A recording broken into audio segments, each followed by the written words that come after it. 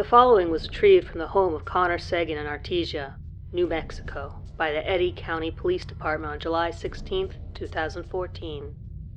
This journal was found on the hard drive of Sagan's destroyed computer on a Word document. The journal posts were not dated or numbered, but the document was last edited on the date of discovery. Sagan was discovered dead in his home that day after neighbors reported strange noises and lights coming from his house. The cause of death was determined to be radiation poisoning. Strange fissile materials emitting dangerous levels of radiation were also discovered in the home, and were subsequently destroyed as low-level radioactive waste. Decided that I'd keep a journal of what's been happening. I'm a private investigator, and I've seen some stuff lately that even I don't believe is actually happening. PI work isn't what you see in the movies. Companies usually hire me to investigate internal theft and fraud. Not a whole lot of busting the bad guys. At least not in the way people think I do. Anyway, after a slow week, I got a phone call about this really strange job offer. This guy had a feeling he was being stalked, but didn't have enough details to file a police report. Not usually my line of work, but I couldn't afford to turn it down. My mortgage was about ready to have me doing birthday parties. It seemed easy enough at first, you know. I didn't know what I was actually getting myself into. I recorded our initial phone call and transcribed it here. Connor Sagan, private investigator, at your service. Hey, Connor. Name's Jeff. I'm having a bit of a problem. What can I do for you, Jeff? I think somebody's been following me. This car's been tailgating me home from work every day this week. And this morning, I woke up and my curtains were all open. I close my curtains every night, Connor. Somebody was in my house. Somebody was in my house, man. He sounded really panicked, like this was keeping him up at night. I wasn't sure if he was alright in the head, but I kept listening. Alright, take it easy. I can help you figure this all out. Let's focus on this car. What's it look like? Get any tags or what the guy inside looks like? Black Cadillac, like a really old one. Had his windows tinted super dark. I couldn't see a damn thing inside his car. No front license plate either. My heart sank. It sounded like the mob, and him being so flustered started to make a little more sense. You owe anyone money? What? If you owe somebody dangerous money, they might be after you. I don't owe nobody money. Did you see something you shouldn't have? Nah, nothing like that. Only thing I've seen strange recently was this big light behind my house a few weeks ago. It made this awful noise, but I figured we're so close to the air base that it's some government aircraft. Just a light? Yeah, man. Like a bright white diamond of light. Crazy shit they're coming up with now. Where do you live? Jeff tells me his address. That ain't too far away from me. I don't remember anything like that. You want any meds? God damn, I'm not making this shit up.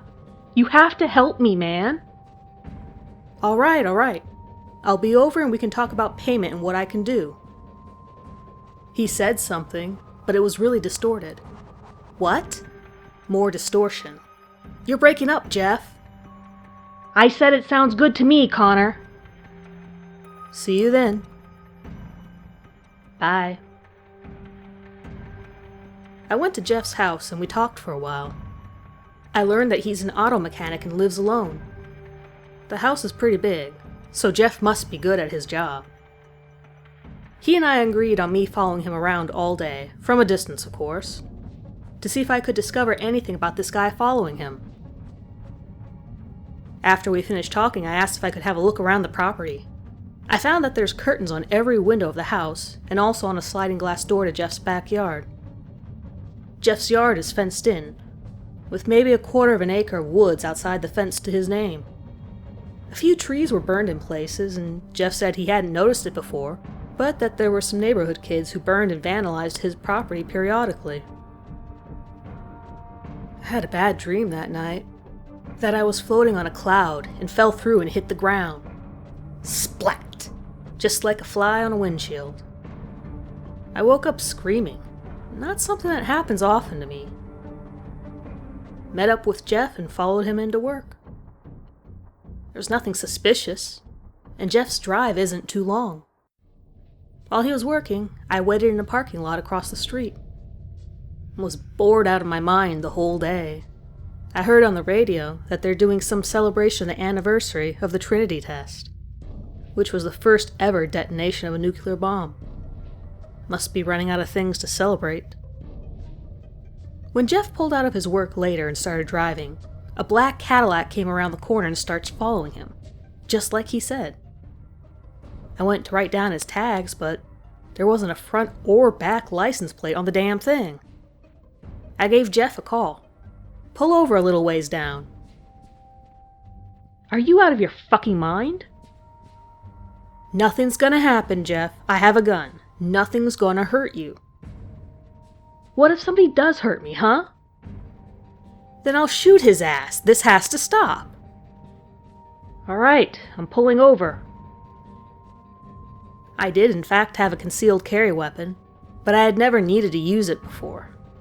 Jeff reluctantly did as I asked, and I quickly caught up to him. He stayed on the line and told me the car pulled over behind him, but nobody stepped out of it. I parked behind the mysterious car, stepped out, and tapped the glass of the driver's side door. Even up close, I couldn't see much inside. It's amazing anyone can drive like that. Something hit the glass hard and made a thumping noise. I nearly shit in my pants. Inside the window, I saw a face.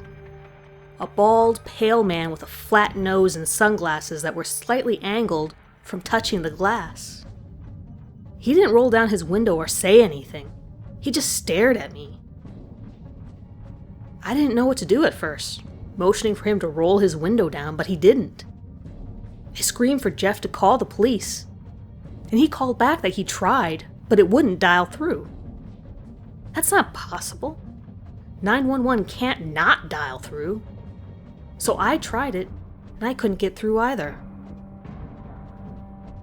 I panicked and pulled out my gun, ramming the butt into the window, but it just bounced off.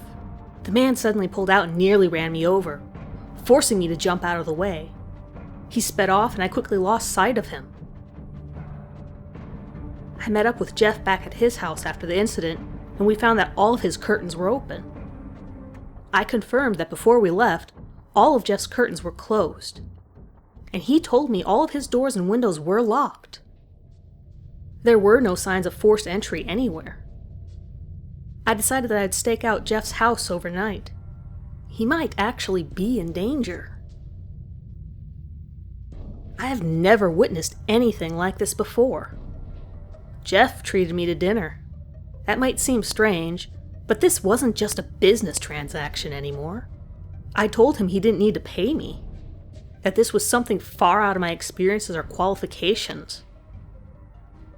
I staked out on the other side of the road. Jeff didn't have many neighbors. Most of the night was uneventful, you know. The radio kept going on about advances in radiation therapy. They even had an interview with some doctor, but I had never heard of him before. It must have been around 3 or 4 in the morning, and I was falling asleep when a flash of light blinded me for a few seconds. A large, bright diamond was hovering behind Jeff's house. I swore Jeff closed his curtains before he went to sleep, but they were open again, and the light was shining through his bedroom window. Then I heard the noise. Fuck, I probably lost some hearing. The closest sound I can compare it to is a jet engine, but louder, if that's possible. Jeff's trees in his backyard were alight, and as the craft moved closer, I could see something latch onto his roof and burrow through the shingles. It was completely white besides 2 gigantic black eyes, and had 4 limbs that ended in giant hands. I was frozen in fear. The light intensified, and I felt my watch burning into my wrist. The thing pulled Jeff out of his bed and jumped back into the craft, which vanished in nearly a blink. I went to the hospital and was treated for 2nd and 3rd degree burns. I told them I fell into a campfire. I don't know how they bought it. After I was released, I went back to Jeff's house to find that the entire block was blocked off by police.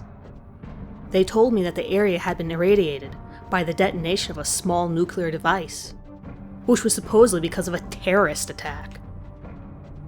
This had been in the news, too, which I hadn't gotten a chance to listen to. I'm too scared to go to the police and tell them what I saw. I'm worried they'll think I'm crazy. I've been feeling sick and went to the doctor today. It turns out that I have moderate radiation poisoning, which I should recover from. I told the doctor that I had been in the area of the recent detonation. He tells me that's why I've been puking blood. Maybe I just hallucinated the whole thing. Had a terrible dream last night. The corners of my bedroom closed in on me, impaling me in 4 different directions. I'm afraid to sleep tonight. I did end up falling asleep. It's like 2 in the morning now, and there's a light outside my window. It's not like the craft. It's smaller, but it's just hovering there. I have neighbors, but they all have their curtains closed. I don't think it's woken anyone else up. There was just a knock at my door. I turned my porch light on and looked out the peephole. It's the same bald man from the Cadillac, just standing there in a suit with a black tie and sunglasses. He doesn't look very happy. I'm not letting him in, but 911's not working. It's about 3 now, and I see a really bright light. Sound familiar? The noise is back. My door is...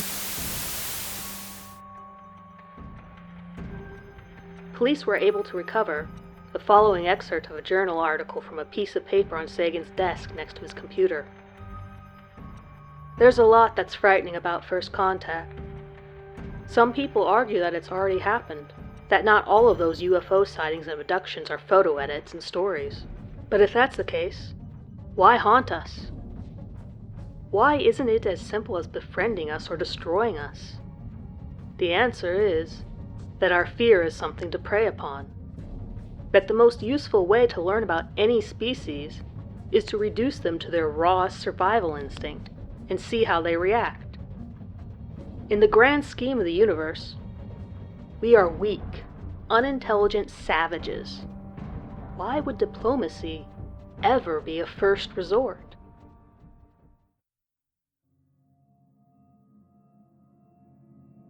Thank you for tuning in. If you like this story, hit that like button. Consider sharing and subscribing to the channel to be alerted to new uploads. If you'd like to see something specific on my channel, leave a comment below and I will look into it. Good night, everyone.